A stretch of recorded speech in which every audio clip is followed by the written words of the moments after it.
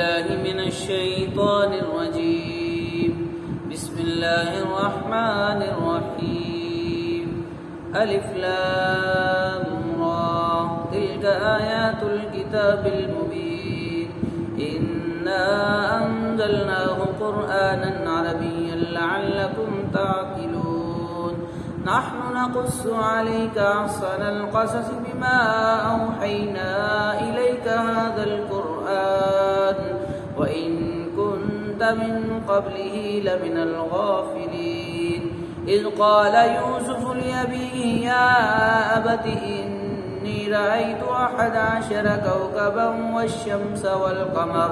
والشمس والقمر رأيتهم لي ساجدين. قال يا بني لا تقصص رؤياك على إخوتك فيكيدوا لك كيدا إن الشيطان للإنسان عدو مبين. وكذلك يجتبيك ربك ويعلمك من تأويل الأحاديث ويتم نعمته عليك وعلى آل يعقوب كما أتمها على أبويك من قبل إبراهيم وإسحاق إن ربك عليم حكيم. لقد كان في يوسف وإخوته آيات للسائلين إذ قالوا ليوسف وأخوه أحب إلى أبينا منا ونحن عصبة إن أبانا لفي ضلال مبين. اقتلوا يوسف أو اطرحوه أرضا يخل لكم وجه أبيكم وتكونوا من بعده قوما صالحين.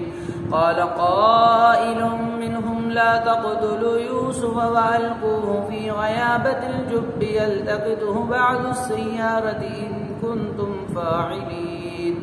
قالوا يا أبانا ما لك لا تأمنا على يوسف وإنا له لناصحون. أرسله معنا غدا يرتع ويلعب وإنا له لحافظون. قال إني ليحزنني أن تذهبوا به وأخاف أن يأكله الذئب وأنتم عنه غافلون. قالوا لئنك له الذئب ونحن عصبة إنا إذا لخاسرون. فلما ذهبوا به وأجمعوا أن يجعلوه في غيابة الجب وأوحينا إليه لتنبئنهم بأمرهم هذا وهم لا يشعرون. وجاءوا أباهم عشاء يبكون. قالوا يا أبانا إنا ذهبنا نستبق وتركنا يوسف عند متاعنا فأكله الذئب وما أنت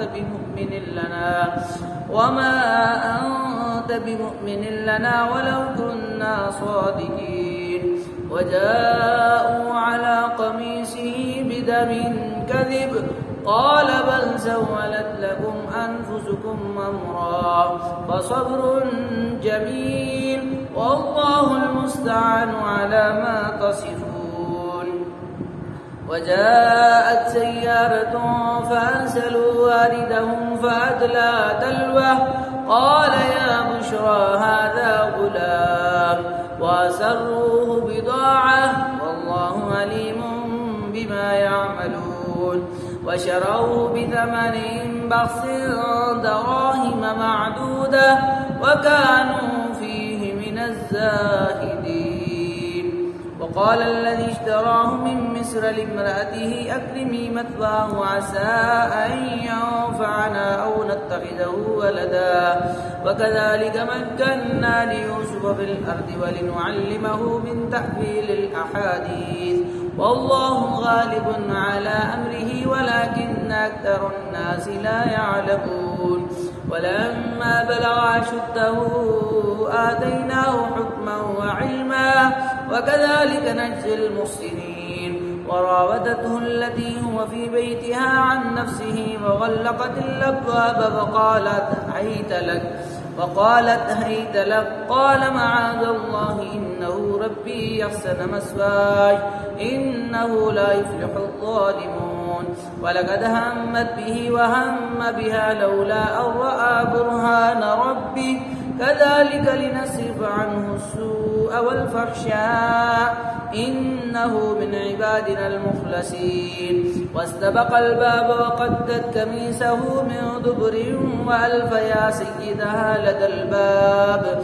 قالت ما جزاء من أراد بأهلك سوءا إلا أن يسجن أو عذاب أليم.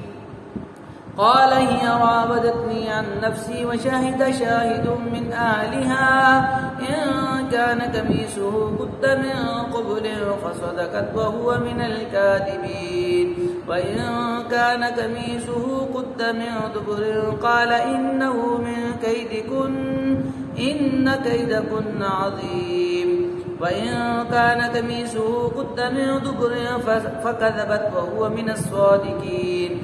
فلما رأى قميصه قد من دبر قال إنه من كيدكن إن كيدكن عظيم.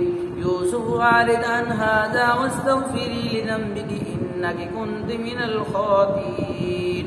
وقال نسوة في المدينة امرأة العزيز تراود فتاها عن نفسه قد شغفها حبا إنا لنراها في ضلال مبين. فلما سمعت بمكرهن أرسلت إليهن وأعتدت لهن متكئا وآتت كل واحدة منهن سكينا وقالت اخرج عليهن. فلما رأينه أكبرنه وقطعن أيديهن وقلن حاش لله ما هذا بشرا إن هذا إلا ملك كريم.